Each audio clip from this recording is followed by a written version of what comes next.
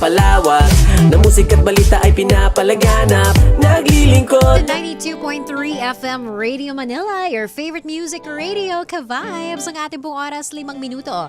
Makalipas ang alas 8 ng gabi, and we're now on the third and final hour ng ating pong favorite weekend evening habit. This is the Sunday edition of Nice to Meet You at kasama niyo po ang inyong lingkod na si DJ Alex. To those of you na first time pong makapakinig sa ating programa, ikaw man ay pauwi galing sa pagsisimba with your family or special someone, ikaw man ay papunta somewhere, di ba, to relax, naglalakad sa parke, ano ba, papunta ka ba sa UP para mag-jog?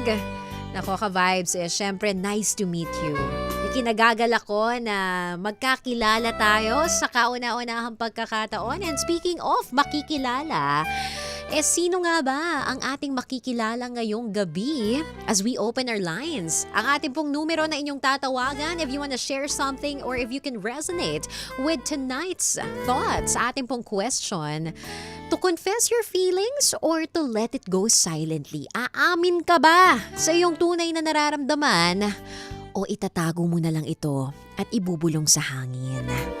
Oo, marami kasi talaga, 'di ba, ka-vibes na rason kung bakit minsan nag-hold back tayo, hindi natin talaga inilalabas yung tunay nating saloobin kasi may mga takot tayo at pag-aalinlangan na baka kapag sinabi ko ang totoo, iwasan niya ako o hindi kaya, 'di ba, magbago ang dynamics ng aming relasyon. Pero sabi nga nila, if gusto mo na manalo ng malaki sa buhay, if you wanna really win big, kailangan sumugal ka rin ng malaki sa pag-ibig.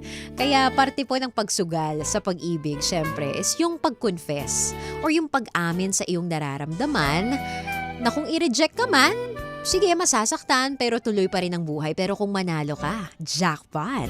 Kaya tawag ka na, ka-vibes, if you've ever had experience itong ganito pong klase ng sitwasyon kung saan ikaw ay nag-hold back. Oo, di kaya umamin anong nangyayari.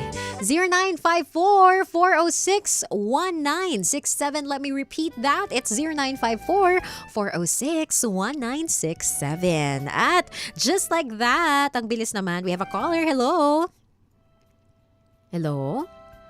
Hello po, Miss Alex. Good evening po. Ang ganda naman ng boses. Parang parang napaka-soothing, di ba, in the evening. Can you repeat that one more time? Gusto ko yung parang nag-i-introduce na, you're tuned in to 92.3. This is Alex and I'm from Bulacan. Pwede ba yung ganong level? Ang ganda ng boses eh. Sige nga, in 3, 2, 1, go! Good evening, Miss Alex. This is Marga from Bulacan. Ay! Si Marga, taga saan ka? Taga Bulacan ka rin? Yes po. Ay, Pero taray na. nag-stay po ako ngayon sa Baguio. Ay, ang lamig naman. Ang tanong, may yumayakap ba sa malamig na panahon or single ba itong si Marga? Yes po, meron naman po. May girlfriend po ako ngayon. Ay, saya naman sa feeling yan. So, kumusta? Ibig sabihin, tama ba Marga, no? Correct me if I'm wrong. Ibig sabihin, kayo ay nagse-celebrate ng Pride. Tama ba to? Yes po. Ayun, It's our happy. first Pride together. Happy Pride Month sa inyo for the first time sa inyong pagre-relasyon, di ba? First time. So, kumusta naman? I think kahapon ba, if not today, yung mga naging major events ng Pride Month? And kumusta yung naging celebration ninyo ng iyong girlfriend? Kahapon po, yung major event po na ginanap po sa Session Road. And yun po, nagpunta po kami to celebrate Pride and nag-date lang po. We had a picnic date. Ay, ang saya naman na i-imagine ko, pa-holding hands. Sarap kaya nung feeling na matagpuan mo na yung the one mo, no? Pwede ba kwentuhan mo kami, Marga? Kasi syempre, di ba, eto na nga, to confess, di ba? Your feelings or to let it go silently. Ito, syempre, medyo mahirap ito, no? Kaya ang tatanong ko na sa'yo, Marga, diretsong usapan tayo. Ikaw ba, did you have a hard time confessing your feelings for your now girlfriend? Syempre, dati, may mga awkwardness pa dyan. Una, kaibigan kayo. I don't know how your story started. So, allow us to learn more about you and your relationship. Paano yung naging pag-confess mo sa kanya at pag-amin ng tunay na nararamdaman? Yes po. Nagkaroon po ako ng nagkaroon po ako ng hard time to confess my feelings sa kanya. Kasi nga po, parang nagkaroon din po siya ng gusto with, parang sa akin po siya nagkukwento nung about sa crushes niya and hindi niya po alam na crush ko na rin po siya. So parang Oh. dun po yun po, dun po kami nag-start na mag-usap. Pero before pa nun po kasi teammates na po kami sa varsity. Okay. So, What kind of sport ito? basketball po. Wow, okay. Ano pala to, mga sakuragi ang style, no? Mga dakdakan. Ano ang position mo sa court? Shooting guard po ako. Mataray. Pag ba sinabing shooting guard, hindi kasi ako medyo adept dyan. Basta alam ko lang, defense. Tagasigaw lang ako ng gano'n. Pag ba sinabing shooting guard, ano yan? Kayo ba yung mga tagapalpal? Ano ba yung ginagawa? Ang main role ko po sa offense is of course po to make points and i-help din po yung guard sa pagdadala ng bola. Nga naman, shooting nga, di ba? Tas hindi ko na-get. Yun na nga yung etymology, nakahain na, DJ Alex. Pero pag sa kalaban, di ba, opensa nga yung sinabi mo. Pag sa defense, ilalaban ko talaga. Pag sinabing shooting guard, ano naman yung halimbawa, yung bola nasa kalaban. Ano naman ang trabaho mo nun?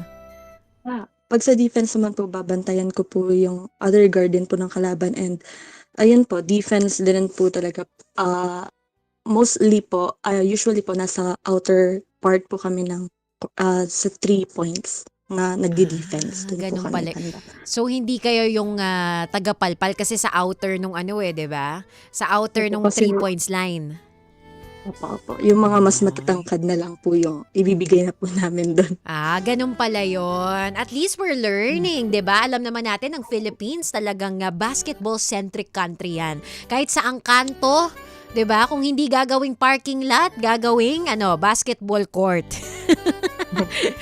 Oy, pero sige, tuloy natin yung kwento ko, no? Kasi sabi mo nga, medyo awkward itong posisyon na una ninyong kinagisnan. Itong ngayon nga partner mo na. It's a good thing, no? Paalala naman sa lahat, bago tayo magdrama, magjowa na po ngayon si Marga at ang kanyang girlfriend. Pero sabi mo nga before, you had a hard time. Paano ito? Sino ba yung taong gusto niya na yan? You don't have to name names, no? Pero ano ito, kaklase nyo rin, kasama niyo sa varsity? Go ahead. Nagkaroon po siya ng crush, pero crush niya nga lang naman po sa isang teammate rin po namin. So, hindi po ganun kalalim pa. So, yun po, parang nagkaroon po ako ng like, it was very hard for me to confess kasi nga po parang may crush siya dun sa other girl and and teammates rin po kami. So, parang ayoko pong pag nag-risk po ako na umamin ay baka maging awkward po kami. Lalo na may tournaments po kami incoming that month. So, yun po. Ayoko pong masira yung chemistry na meron kami as a team if ever maging awkward kami. Ayun. So in the beginning, very close na talaga kayo as friends and as varsity mates, no? Kasi for her to be able to share with you yung kanyang nararamdaman doon sa teammate nyo rin, di ba? Ibig sabihin, very comfortable din talaga siya sa'yo, di ba? Bilang kaibigan. Pero how did that make you feel? Of course, hearing those stories galing sa kanya, itago na lang natin sa ano bang pangalan? Ng girlfriend ko po. Faith po. Ayun, si Faith, na iyong girlfriend na ngayon, luckily and thankfully, di ba? Pero Yes, how po. did it make you feel noong mga panahon na yon na yung taong nagugustuhan mo, si Faith, may gusto siyang iba and she couldn't stop talking about this person? Ano ito? Did it make you feel hurt? Yes po, at some point nagselos din po talaga ako. Pero parang tinanggap ko na lang rin po na okay, so baka crush na talaga tong tao na to. So muntik na po ako sumuko that time. Pero buti na lang po yung mga friends, yung mga teammates po namin ay parang mas parang pinush po kami, like inaasar po kami. And ako naman po, todo tangge, like, uy, wag niyo kaming asarin, ganun. Pero Yun po. Ay, may asara na. So, ibig sabihin, tanong ko lang among your teammates, meron ka bang napapagkwentuhan na, uy, parang bet ko na tong si Faith? Or ano ito, nakikita lang ba nila based sa actions? Kasi di ba parang ang isang group of people, para magtukso yan or pagtuksuhin kayong dalawa na, oy, bagay kayo, ibig sabihin, they must be seeing something special between the two of you dahil maski hindi mo sa kanila aminin na, oy, type ko si Faith, nakikita nila yon. So, wala kang pinagsabihan but they saw that there was something going on special between the two of you. Opo, wala po as in. So parang, yun po, natuwa naman po ako kasi natulungan pa nila ako. Yun. Ayun. Kumbaga, isa rin pala doon sa nag-drive para matuloy ito. Itong relasyon na to. Para sumakses ito, ay yung mga kagrupo mo, nagpa-pizza ka na ba sa mga ka-teammate mo? Next time po, next time. Naku, huwag mo na patagalin. Siyempre, bilang ano mo na ito, di ba, give mo na sa kanila, ibalato mo na. Dahil siyempre, talagang nakatulong din pala talaga sila para, di ba, makapag-confess ka. It's a good thing, no? Sabi mo nga, gusto kong balikan yung sinabi mo Marga. Yung sinabi mo na talagang nakatulong at buti hindi ka sumuko. Kahit na itong si Faith may nagugustuhan talagang iba. So, ito na. Paano? Paano ka nag-confess sa kanya? Paano mo napagtanto sa sarili mo na, teka, hindi ako papatalo rito, mas magaling akong shoot dito. Ano ang ginawa mo to shoot your shot sa kanya? Nung napansin ko po na parang hindi naman po siya like nandidiri sa mga pang-aazar sa amin, parang nag-confess na po ako nun, like, it was a Halloween party po. So, yun po. Doon po ako nagsabi po ako sa kanya, nagbigay po ako ng letter. And then eventually, yun po, nag-start na po yung talking namin. Okay, so ibig sabihin, wala namang naging problem, wala siyang outright rejection na, ay, sorry may gusto kasi akong iba, alam mo naman, I always tell you about this person, bakit hindi ka nakinig? Walang ganun, ibig sabihin, in a way, parang in-entertain pa niya yung iyong pagko-confess. Yes po. So, na-feel ko naman na open siya. So, okay lang po. Go lang po ako. Ay, nakakakilig. Ang sarap nung gano'n, no? Sana lahat ng umaamin na entertain nagiging di ba, nale-level up na to ka-talking stage. So that's what happened between the two of you guys. Nag-usap na kayo. So paano? Gusto kong malaman na, Marga, kung paano nagbago yung dynamics ng inyong pag-uusap. Syempre, noong una, share kayo. Did she find it awkward na, teka lang, Marga, you liked me all along, all this time pala, di ba? Pero why did you tell me? Why did you tell me just now, di ba? Wala ba dong parang pagbe-bring up na, shucks, nakakahiya kasi sa'yo pa ako umaamin na may gusto ko sa iba, tas type mo pala ako. How did you guys talk about that? Opo, napag-usapan din naman namin po yun. Oh. So, parang tinawanan lang din po namin yung ganong scenario na nangyari sa amin. And, parang hindi niya rin po kasi ako medyo nakita nun as option na, uy, pwede ko tong maging crush. Kasi nga po, parang hindi po ako openly na bisexual sa kanila. Okay. Kaya hindi niya rin po ako na Okay. kita. So, ibig sabihin, to be fair naman pala, no? Hindi kanya nakita na option, hindi dahil hindi kanya bet, hindi kanya type, pero ang inisip niya, no, hindi kayo talo. Ganon, kasi hindi ka nga open sa kanila. And that's another thing, kasi syempre yung pagko-confess din na, ay, okay, open ka pala. Parang in a way, hitting two birds with one stone. Kasi na-confess mo yung feelings mo para sa kanya, and at the same time, you were also able to confess kung ano at sino ka talaga bilang tao, no? So, paano yon? Ano yung pakiramdam no na hindi mo lang kinonfess sa tao na gusto mo siya, pero alam mo yon, mas malaki to yung kinonfess mo na I am a bisexual. Paano yon? Sobrang saya po sa feeling and sobrang gaan. And, ayan po, like, I was just really happy na ganun po yung nangyari sa amin. Yun. Matanong ko lang, Marga, no? Siya ang iyong first relationship na loud and proud and pride. Opo, siya po yung first girlfriend ko. Oh, 'di ba? Ibang klase. Tapos grabe pa yung naging atake ng pagko-confess. Siya yung first girlfriend mo, 'di ba? Tapos ito rin yung naging una mong pag-amin. So ang tanong ko lang, Marga, no, you may choose to answer or not answer this question. Pero yung inyong relasyon, open naman siya sa inyong mga ka-varsity, open naman din kayo like sa inyong family, sa inyong friends. Ah, Open po kami sa friends namin, pero sa families po namin, both sides hindi pa po. Ayun. So, ano ba ito? It plays a role na dahil nga, yun nga, hindi pa kayo ready na mag-out ng closet. Parang ganon. Yes po.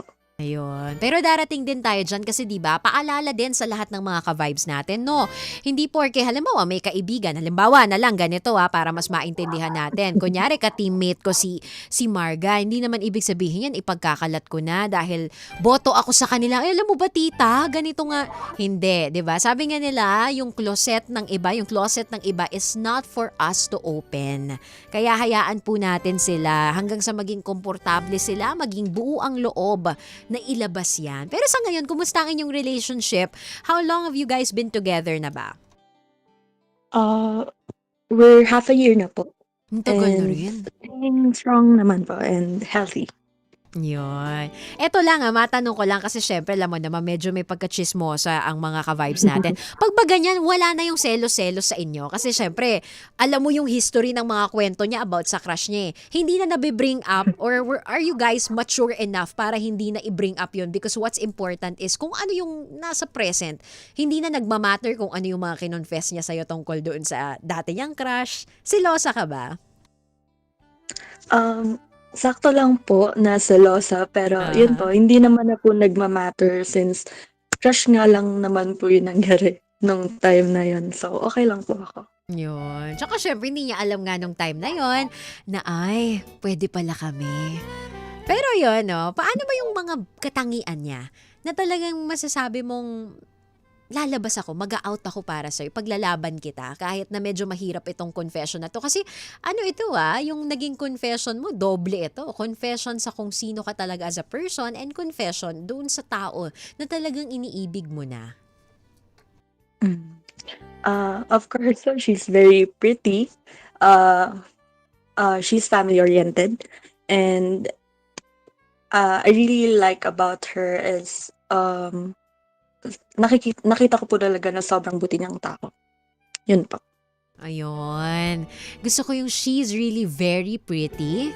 Pero ang talagang namutawi sa'yo na alam ko na habang sinasabi mo, nakangiti ka, may galak sa iyong muka is nung sinabi mo na mabuti siyang tao. 'Di ba? Alam mo, yan talaga yung pinaka mas makakapag-in love, makakapagpa-in love sa atin. Hindi naman yung itsura naglalaho yan. Pero yung ugali talaga, yung pakikisama. So you guys really jive together, no? Kasi you started off as friends, tapos ngayon mas lumalim. So paano yung dynamics ng inyong relasyon? Para kayong magtropa pero may lambingan, ganon. Opo, like Oh. BFFs po talaga. Oh, ang sweet no? Yung BFFs talaga kayo. Saka siguro ito na lang din, no? Kasi aminin naman natin, Marga, although mas marami ng open-minded ngayon, sa katunayan, sa sobrang daming open-minded at very accepting of the LGBTQ community, it's a good thing talaga.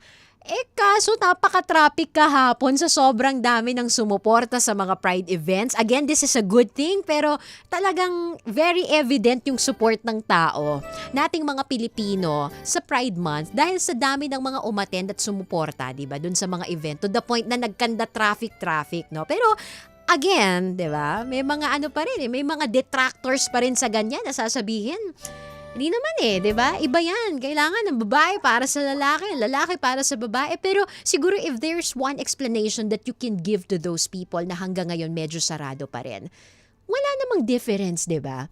Na magmahal ka ng kapwa mo babae, ng kapwa mo lalaki because at the end of the day, ano yung minamahal mo sa tao at bakit wala siyang kaiba?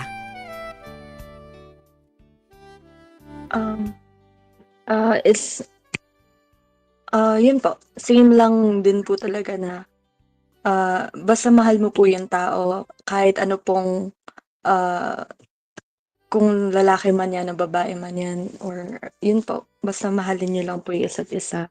Wala pong mali dun. Yun, ang ganda. Ang ganda ng iyong binigay, no, na pahayag patungkol dyan. Basta mahal ninyo ang isa't isa. Walang mali doon. Diba? At wala kang inaagawan, wala kang inaapakan. Sa totoo lang, ang sarap siguro sa pakiramdam. No? Ako as a single person, I will always look at those relationships sa'yo, no? Sa inyo ni Faith and ikaw, Marga, sa inyong relasyon, I will always look at it with admiration. Na sana dumating din sa pagkakataon na yung mga taong naghahangad na gusto nilang may umibig sa kanila, makatagpo rin ng ganyang klaseng safe space. Yun yung mahalaga, di ba? Yung sa relasyon, hindi lang yung lambingan. Yung makahanap ka ng safe space sa tao na to, like what you said, para kayong BFFs, di ba? So, eto na lang siguro, Marga, no? Bago tayo mag-conclude dito sa ating naging makabuluhang talakayan patungkol sa pagko-confess at pagpo-profess ng feelings. Ano na lang yung advice mo para dun sa mga tao na natatakot na mag-confess? Kasi in your case, munti ka nang sumuko eh. Pero little did you know na kaya pala hindi ka niya kinonsider noon kasi nga may mga bagay na hindi pa siya nalalaman. Pero hindi ibig sabihin close na yung doors para sa'yo. So ano na lang yung mensahe at advice mo dun sa mga tao na natatakot na mag-confess? Ang advice ko lang naman po is, for me po, mas piliin po talaga nila mag-confess kasi parang for me kasi ayokong magkaroon ng regrets in the future na if hindi ako nag-confess, anong nangyari? Parang sayang. Ayokong magkaroon ng what ifs sa future. Yun po. Yun talaga yun eh, no? Yung wag kang magkaroon ng what ifs. At buti na lang, nakinig ka talaga sa puso mo. Kaya naman, Marga, I'm giving you the floor now to say your message para sa iyong pinakamamahal na girlfriend. Siyempre, walang iba, kundi si Faith. Okay po. To Faith, and actually nandito lang po naman po siya sa tabi ko, pero I just want her to know na I love her so much and I am just really grateful for her existence and for her always making me feel loved. And yeah, I pray to spend more years and Pride months with her. Yun po. Oh, Thank that message is so beautiful. Hindi ako si Faith pero natiri-eyed ako sa iyong mensahe because you know, the only emotion that you can elicit out of that message is love. Yun eh, no? Nag-uumapaw, it's oozing with love and you can really tell whether it's between a man and a woman, it's between both, di ba? A female and a female or kung ano man. Di ba? Bisexual, alam mo, iba. Pag sinabing pagmamahal, walang mangingialam. This is love and this is our definition of love. Kaya maraming salamat sa pagwawagayway ng inyong watawat. Again, happy Pride Month to the both of you, Marga and syempre Faith. Nakikinig din pala si Faith ngayon at katabi mo, no? Hello, Faith! Salamat sa pagpapaunlak at sa pagbibigay ninyo ng oras. At syempre sa tiwala na ibinigay ninyo sa ating programa. Ingat kayo dyan, ha? Again, happy Pride Month! Ingat kayo, guys, and stay strong. Thank you! Thank you po. Ayan. At yan nga po ang ating caller na si Marga, 22 years old from Bulacan. Pero siya po currently ay nasa Baguio. No, kasama ang kanyang pinakamamahal, first and only girlfriend na syempre si Faith. Napakaganda, no, sapagkat doon ho sa konsepto ng confession, hindi lamang ito basta-basta confession ng iyong tunay na nararamdaman para doon sa taong nagugustuhan mo, but it's also confessing, 'di ba, the truth about yourself. Sino ka ba talaga at ano ka ba talaga? At dito nga nakita natin sa sitwasyon, no, ni Marga na she was hitting two birds with one stone with that confession because when she confessed her feelings for her teammate, doon kinonfess din niya kung sino ba talaga siya. Na bisexual po talaga siya. Kaya nako, para sa lahat ng mga nasa closet pa rin, syempre, no, you have all the time in the world. And the world will always be willing to wait. Do not listen to the voices who only put pressure on you. Because ang mahalaga naman, lalabas ka sa iyong closet loud and proud. 'Di ba? Na ikaw ay komportable. At hindi ka pinilit, hindi ka pinressure ng kahit na sino man. 'Di ba? Kaya ka-vibes, Happy Pride Month sa pagtatapos po ng buwan ng Hunyo, no? Syempre laking pasasalamat natin sa atin pong mga kaibigan sa LGBTQ community. I remember having one professor from college, back in my UST college days, no? Talagang ang sabi niya sa akin noon, parang ang mga LGBTQ daw talaga, community, they're made to succeed. At totoo yan, tingnan mo, di ba? Ilan sa pinaka-successful na mga tao, pinaka-mayayaman sa industriya ng showbiz, sila po ay nanggaling sa LGBTQ community. And I think it's all about the confidence, di ba, na talagang minamahal natin sa kanila. Kaya, naku, sana na makahanap tayo, di ba, ng talagang magmamahal at tatanggap sa atin, anuman ang ating kulay, sa watawat na ating nais iwagayway. Kaya ka-vibes, maraming salamat po sa pagsama sa akin ngayong gabi. Magbabalik tayo maya-maya lamang to put our conclusion sa atin pong topic ngayong gabi, to confess or to let it go silently. But for now, let's get back to even more of the music. Dito pa rin po sa Nice to Meet You together with yours truly. This is DJ Alex. 92.3 FM Radio.